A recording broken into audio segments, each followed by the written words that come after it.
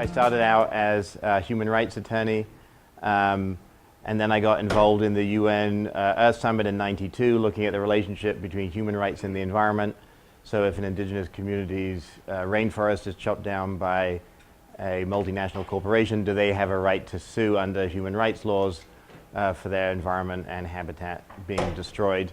I then worked for a group in Washington, D.C. called the Natural Resources Defense Council, and did a lot of international legal work and did stuff around World Trade Organization and then the NAFTA side agreement on the environment.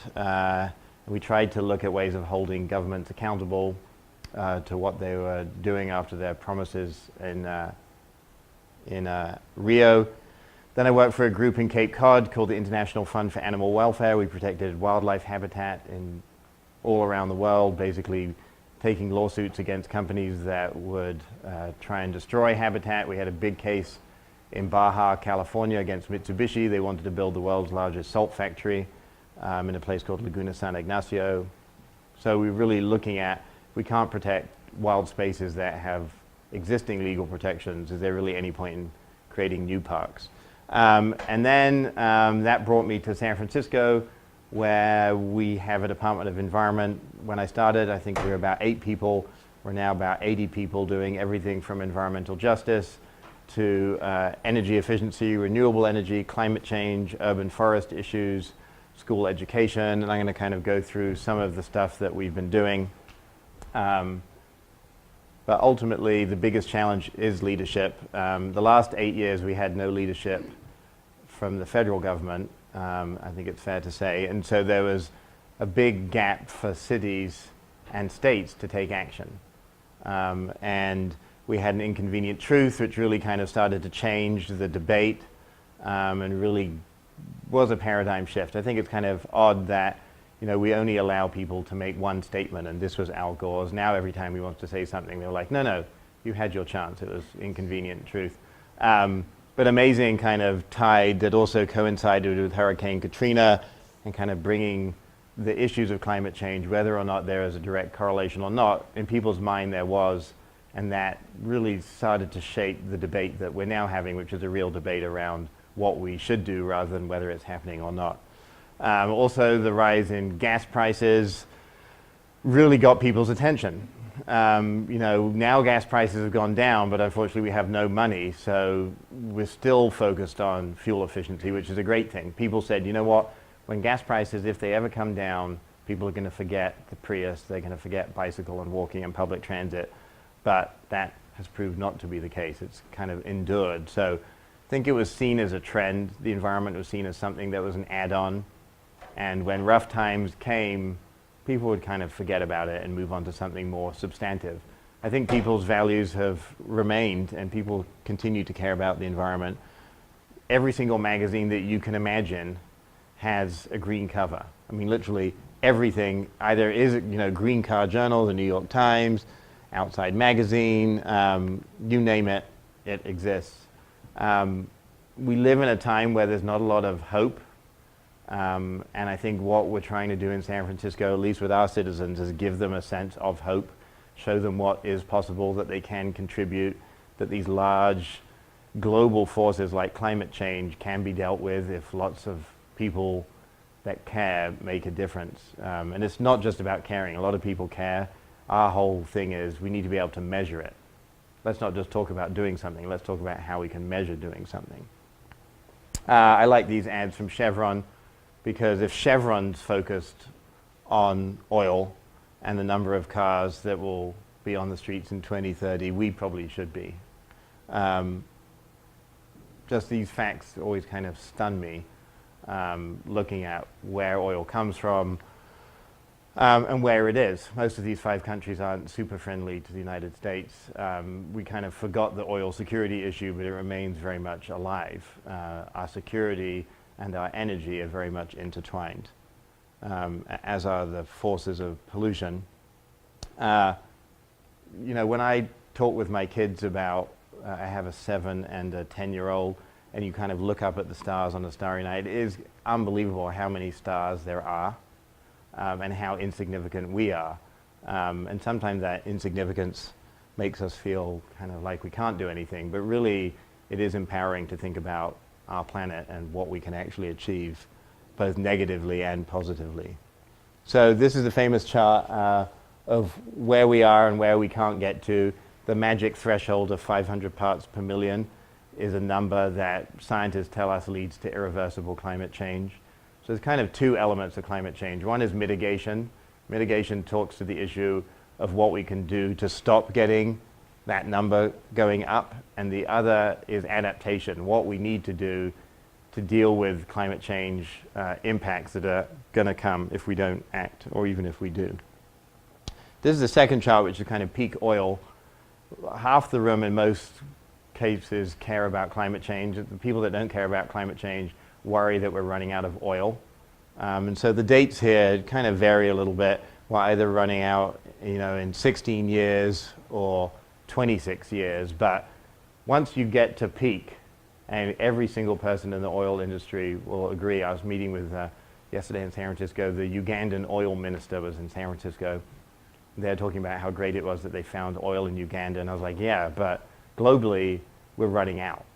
We're absolutely running out. So the good news is we have just enough oil to cause catastrophic climate change. The bad news is that we soon won't be able to fill up our cars.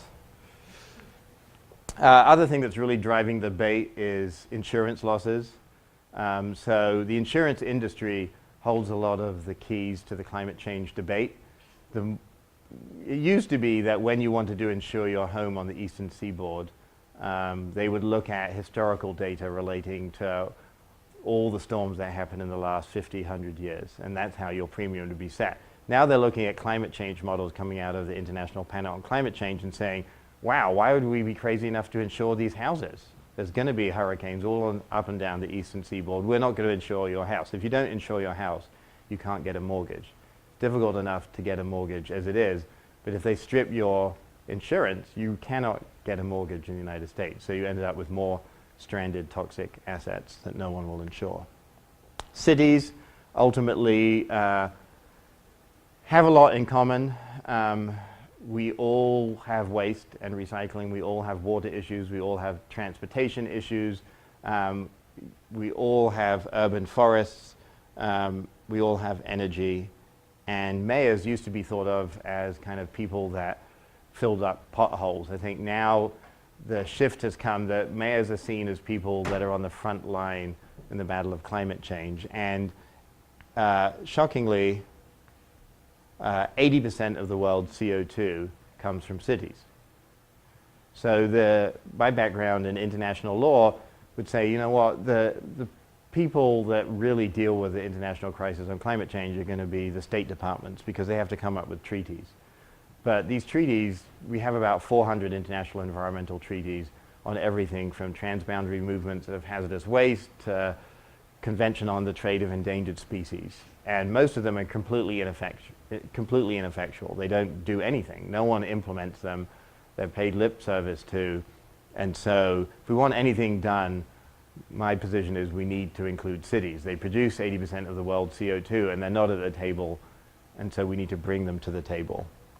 This is a picture of kids swimming in a beautiful river in Jakarta, in Indonesia. And this is kind of, we could have cities like this. This city exists now. This scene exists today. We have a choice about what the cities of the future will look like. We brought together for UN World Environment Day in 2005, 70 mayors from the largest cities, basically to start talking for the first time about the environment as an urban issue that they have responsibility to deal with. We signed an accord of 21 action items that each city could take, called the UN Urban Environmental Accords, and really just tried to move the agenda forward. It led to something called C40, which is 40 cities dealing with climate change, and I'm actually going to Seoul in May for that meeting. The first meeting was in London, the next meeting was in New York with Mayor Bloomberg, and now we're going to Seoul. So the kind of momentum behind urban environmental issues is heating up. Lest we forget our role in climate change, the United States is this one. This is the world average of CO2 output per person, which is just under 4 tons. The US is now 23 tons per person. So our contribution, Uganda yesterday when I was talking to them, is under 1 ton. So for every 1 ton that one person produces in Uganda, we produce 23.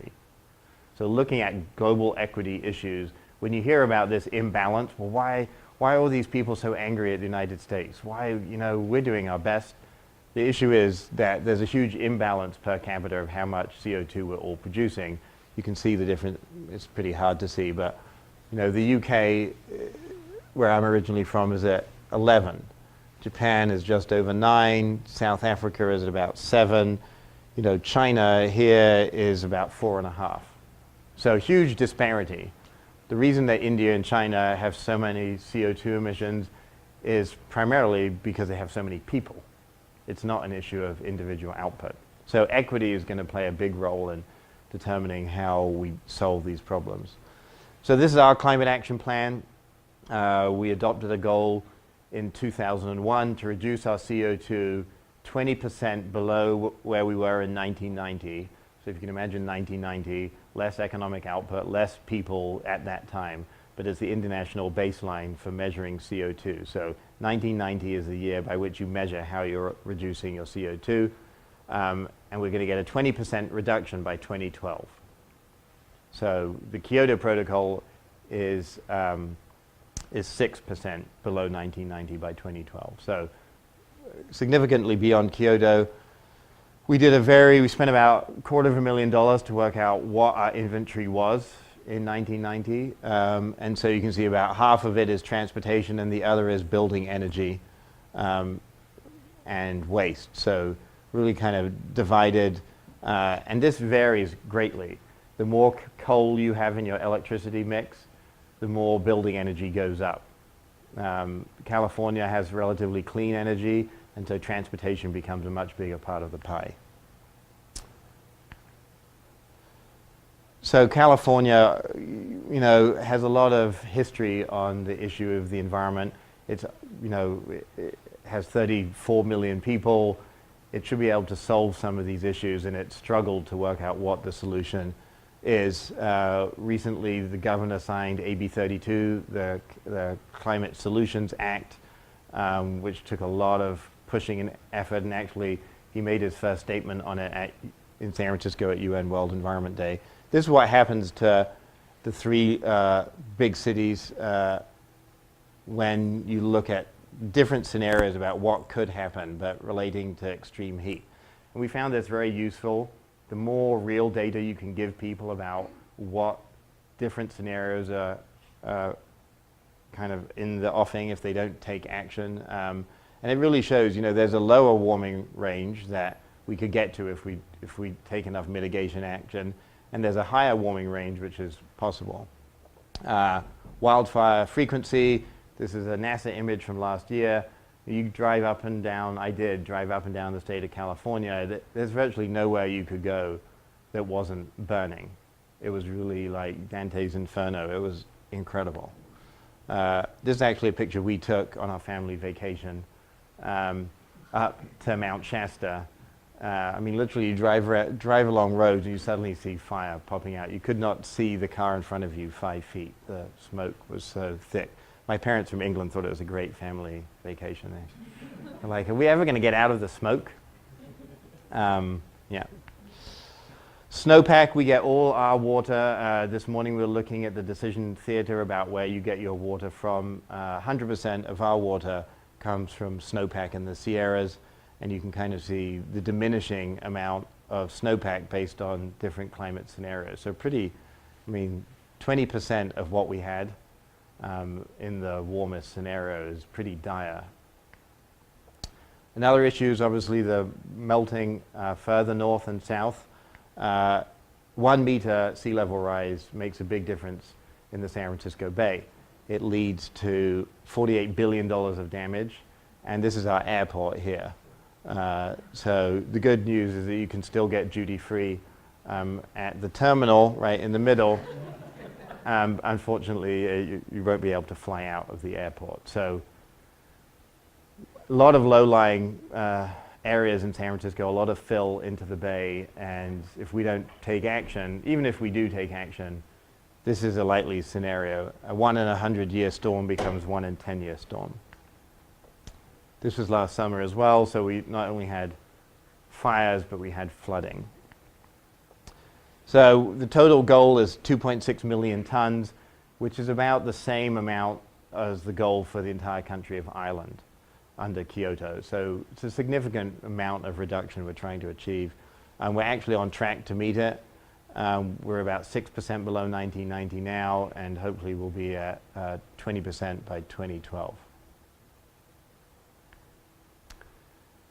So this is what everyone wants to know. How can we win the war on global warming? There's a huge amount of confusion out there. This is just literally a tenth of the number of different eco-labels that exist. So the public is very confused, businesses are very confused, so our role in city government is to help reduce confusion and promote clear-headed action that people can follow. So we've set up a green business program that walks businesses through every element of not only climate change, but toxics reduction, transportation, recycling, water, everything, really high standards, and that's something that anyone can steal. It's on our website. We want people to steal it.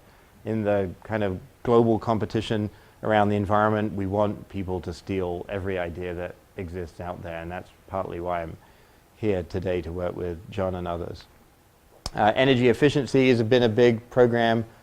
We spent about $32 million to reduce people's energy bills, mainly small businesses, and we save small businesses now upwards of $20 million a year on their utility bills. This is the solar map, which was kind of an idea that we want to promote solar power in San Francisco. We have Steph Stoppenhagen here with CH2M Hill, who is a partner on this project, and we said, how can we use digital technology to promote the solar? And really the first question is, well, what does my roof look like? I mean, people don't spend a lot of time on their roof, and even if they did, they wouldn't know the solar potential of the roof. So here you enter your address right above Get My Info. Every single parcel, every single one in San Francisco has been digitized, and we looked at both the shading and the square feet to determine the roof size, then the estimated solar potential, the electricity that can be produced, the savings, and then the carbon savings. So for this is on Harrison Street, any business can phone up or they can look themselves. It also allows solar installers to start mining this data to find the best roofs in the city for them to put solar panels up. Then it shows you all the incentives, state incentives, San Francisco created an incentive, and federal tax credits. And then the Facebook aspect is that everyone wants their picture next to their solar panel, so people put their own pictures up and then tell you the installer that they use. So it's become like a phenomena. People want to get solar, they want to be in competition with their neighbors, they want to show their grandparents back east, or whatever the story may be. People get excited by it, and then you can kind of see the goal. The Department of Energy gave $5 million based on what we did in San Francisco to make other cities adopt this for little or no money. So this is something that Phoenix or any of the cities that you come from can do really easily. And if you want to, talk to Steph afterwards. So money is a big goal of most people. They like money. I like money, especially $100 bills. That's why I put this one up there. And so, you know, you can put mandates out there. You can kind of guilt people into doing stuff. None of that really works. People are tired of being told what to do. But if you say, you know what, we're going to give you $6,000 to put solar on your roof, people are like, oh, I mean, I'm starting to get interested. So we tied our social values into the money. We said, if you get $6,000, you have to hire someone from a local job creation program. And it has to be a local San Francisco-based company. We don't want people coming from out of state to get this rebate. If you get this rebate, you need to be focused in San Francisco and hire at-risk youth through a job training program. And this is that program. We've done a lot of solar. This is another project. San Francisco is in the green on the bottom of the picture. Marin's at the top. The red is the power going through the Golden Gate. That's where the Golden Gate Bridge goes on top of. And this is what tidal power underneath the Golden Gate Bridge could look like. So we're really exploring what we can do to harness that, and also the waves. We have a permit application into the federal government to do a 5 megawatt, basically enough to power 5,000 homes, project off Ocean Beach. As a result, we get to close power plants. There's nothing more gratifying. I can actually see this in the distance from my window. Nothing more gratifying than closing a power plant. Now it's completely gone. Completely gone. Not even a trace of it. They spent 2 years demolishing it, and it's really an incredible sense of satisfaction, especially for the communities that lived right next to it, that had incredibly elevated levels of cancer and asthma. This is the remaining power plant in San Francisco that we're working to get rid of. So this motivates me to. It was actually taken from my wife's as a painter, and the studio, this is what the window looks out to. So trash is another component of climate change. Every city has trash, and we've spent a lot of time getting to our goals. I like this Shell ad. Don't throw anything away, there is no away, which is true. It doesn't really go anywhere. So today, actually, you're the first people to hear this. The mayor hasn't announced it yet, but actually today our rate is 72% recycling rate. So all the waste, total amount of waste, which is close to 2 million tons, 72% of it is recycled or reused. And then our goal is to get to 75 by 2010 and to zero waste, no waste going to landfill or incineration by 2020. This is what we collect, so we spend a lot of time looking at what we do collect. So we have a single stream recycling, so all bottles and cans and paper and glass can go in the blue. Food scraps, which now are 400 tons a day from our homes and restaurants, get collected curbside and get turned into organic compost, and then the black card is for everything that's left over. So this is our compost facility. We actually sell that 400 tons a day to organic vineyards and golf courses and farms, and then the food comes back to San Francisco, and we're actually closing the loop. Vehicles are 49% of our emissions. This is a first project we did with Cisco to create a connected bus that had Wi-Fi and made people want to get on the bus. We have lots of ways. Critical Mass is a very cool bicycle anarchist program that basically the last Friday of the month just goes onto the streets and closes traffic down. But people have a lot of fun doing it. I'd recommend it if you're ever in San Francisco. And these old forms of transportation we never got rid of. San Diego, Chicago, a lot of cities got rid of their old trolley cars. We actually ended up, sorry, and here? You got rid of yours too? Yeah, you're getting yours back, light rail back at least. So we ended up buying everyone else's, which is a really smart move. So we kind of cornered the market in antique electric vehicles. I like this ad because I bike every day. I hate cars that go in the bike lane.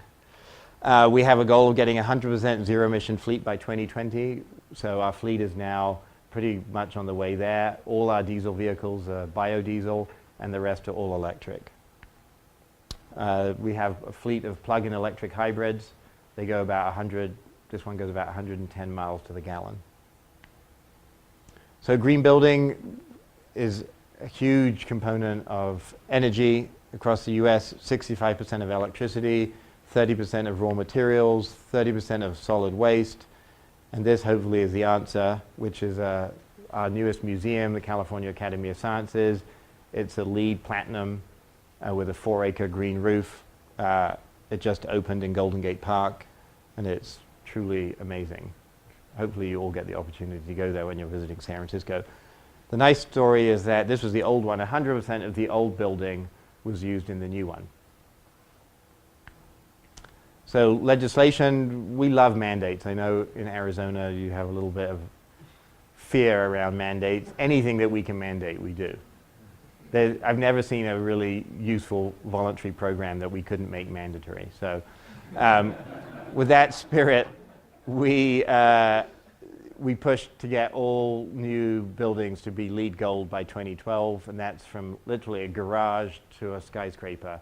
has to be LEED Gold by 2012, and that legislation has passed, and now we're looking at existing buildings. This is where our water comes from, Hetch Hetchy.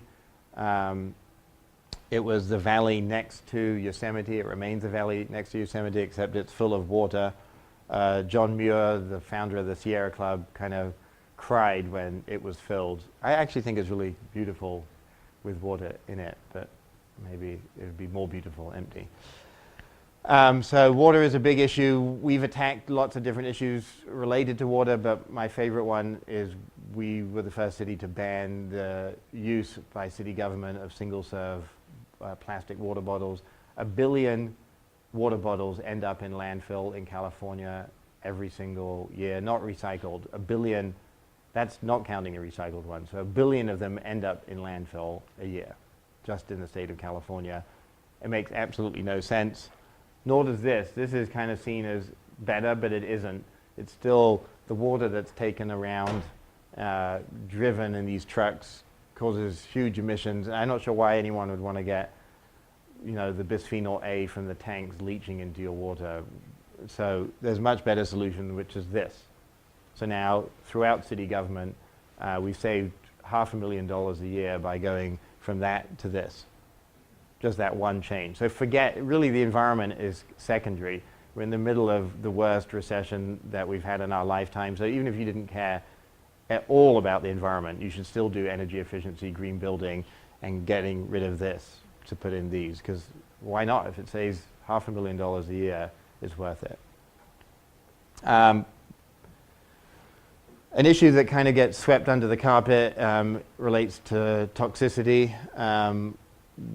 Pesticides, it's just incredible that when you look at the lists of pesticide and synthetic chemicals created since World War II, there's been 80,000 synthetic chemicals that have been manufactured, new chemicals that didn't exist before.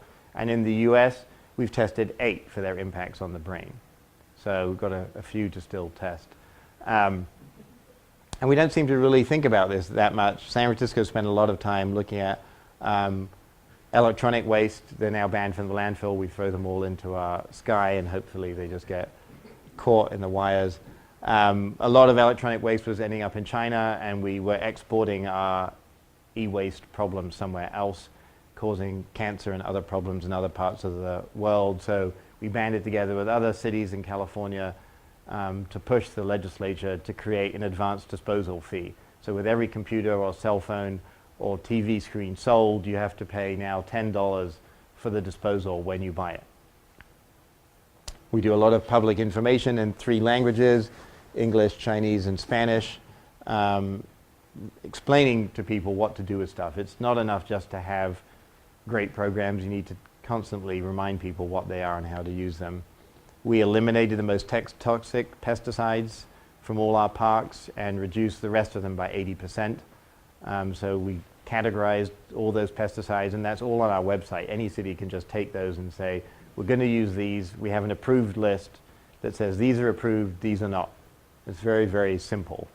Everything in city government has to be relatively simple, we find. Food, there's a big movement towards eating organically and locally. Luckily, we've got a great climate, and a lot of food is grown very close to San Francisco. So our point is, if we can't eat locally, it's very difficult for any other region on the planet to do so. So we're really looking at how we can source food from either organic or local and organic sources. The biggest issue is the people that we feed are prisoners, and no one really cares if they're eating organic or not. They don't really care if they're eating anything. But, we're in a difficult budget time. We're like, should we spend more money to serve organic food to prisoners? So it's been a little bit of a hard sell. We work with business, so we believe that you can't achieve any of the sustainability goals, bless you, without getting business on board. So everyone from Google to REI to Cliff Bar, CH2M Hill, brought in to create a collaborative called the Business Council on Climate Change with the United Nations to sit down and say, what should we be doing? And the first thing that people don't understand is how to measure their carbon emissions. They don't know there's a lot of opportunities, B2B opportunities, to work out how to reduce them. So that's the purpose of that. And then we did a whole marketing campaign to look at, well, what is the core message? And for us, the core message in all our programs is do the little things and make a big difference. People are overwhelmed by thinking they need to do everything. And so if you can make it bite-sized and really show people that they are making a big difference, it goes a long way. So the EcoMap came out of a partnership with Cisco, the computer manufacturer, and it talked about the intro I'm just going to talk through. You can read it. The goal was to be able to use zip codes to determine CO2 footprints in San Francisco. So the idea was individuals want to make a difference, but they don't really know what that difference would be. You know, if you fill out a carbon calculator or do a pledge on the internet, it doesn't really lead to any aggregated number. And so the point here was to be able to replicate what we do so that you can one day compare a Phoenix zip code with a San Francisco zip code with a Beijing zip code. And this is, wait 1 second. So this is what you see, and the website's launching in a few days. So you see San Francisco, you get a sense of all the zip codes. It's on the top, it tells you your zip code because you can now automatically, your IP address on your computer can be tabulated with your zip code. So rather than you have to typing anything in, the computer tells you your zip code. And then it shows you the zip codes based on greenness. So the lighter the green, the more the better actual green you are. So the first thing it shows you here, which is kind of maybe hard to read from where you're sitting, but it shows you the 3 indicators, which are transportation, energy, and waste. And then it ranks the top 10 zip codes in San Francisco, and it shows you the percentage for each category. So in the first one, 50% is from transportation, 46% is from energy, and only 4% is from waste. So on energy, it shows you the amount of electricity used and the amount of gas. So we went to our utility and said, we want by zip code the residential data for both gas and electricity, and then we looked at the amount of carbon in gas and the gas to electricity ratio and came up with a zip code ranking. And you can see the little green or red arrows next to the number. So each month there's kind of the potential to go up or down. So in your community, if you get 30 or 40 people to do small actions, you can get your whole zip code to go from number 2, let's say, to number 1. The other thing that it shows you on the bottom, that green bar, is the city average and the city goal. So we have these goals, but they're very hard to translate so that people understand what they are. So the purpose here is to be able to show people, you know what, you're not quite where the city goal is. If you took these actions, you could get there. So waste, it shows you the weight of the black cart, the weight of the green cart, and so this is average per household weight, and the blue cart. And you can see huge disparities between the top zip code, we're at 295 pounds, and the worst in this one is 925. So 3 times more is being thrown away in one zip code than another. And it turns out that the zip code that's doing really well is called South Beach. It's a new development. It's young people that live in small apartments. They're producing 3 times less trash than single-family homes in the Richmond. But really looking, I mean, it's startling starting to look at that data and who's throwing away more green material and who's throwing away more refuse. Transportation, we managed to get the state data and regional data so that you can start looking at the number of hybrids, the number of SUVs, and then the miles per year driven to commute in each zip code, which gives you your carbon footprint. So really starting to get pretty high level granularity of data to look at this issue. You can do it by zip code. You can start comparing 2 zip codes, and eventually you'll be able to take 2 zip codes from different places on the planet and compare SUV versus hybrid ownership, for instance. So the next thing we did is look at these three key indicators, which are effort, cost, and impact. So that's what we learned from our market research, was that those are the three drivers. People want to look at the effort they need to take to do something, the cost it's going to be to do that thing, and then what is the impact. So there's some things that are very high impact, but they're also very high effort, like going car free. If you said, I'm going to give up my car and just walk, bike, and take public transit, it's a huge impact, but it's also quite a lot of effort. Putting solar panels is not a huge effort, really, but it's a huge cost. And so some people may not be willing to do that or able to do that. And so we tailored, rather than just coming up with generic things that you could do, based on what your personal profile is by effort, cost, and impact, we then generate a list for you of what you can do. So it comes up with a list, and then you get to decide out of those which actual actions you want to take in the three different categories. And as you take them, it fills up your tree. And as it fills up your tree, you can then add it to Facebook. We really wanted to add the social networking dimension, and we use the mayor here. So you get to see the mayor's Facebook page, and his tree goes on there. And then it goes back and looks at the people that live around the mayor that are also using the site through Facebook and finds out what they're doing. So he decides he wants to plan a bicycle route. So it doesn't just give you a high level of data, it starts to mine down deeper. So it says he's going to go from City Hall to see the Giants, and then it shows the route. And one of the cool things that we did with the route planner is that it also shows you the gradient. You can see on the bottom right, San Francisco, we have a lot of hills. People want to know, is this an easy route? How long does it take? And then at the bottom, it links you to a bike buddy through Facebook. So if you don't want to bicycle alone, you're just starting to bike, it helps you do that.